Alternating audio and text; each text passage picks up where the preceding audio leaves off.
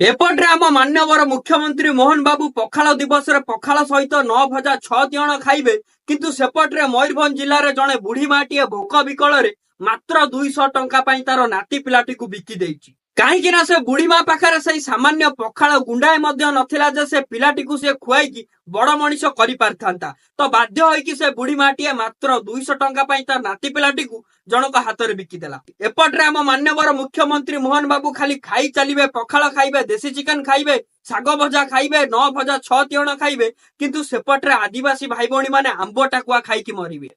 आउ जो बाकी रहिले भोक उपास एमती 200 टंका 500 टंका निज पिला छुआ को बिकिबे। यही भली अवस्था आज्ञा मोहन सरकार अंडर आम ओडिशार आदिवासी भाई भौणी माने अछंती।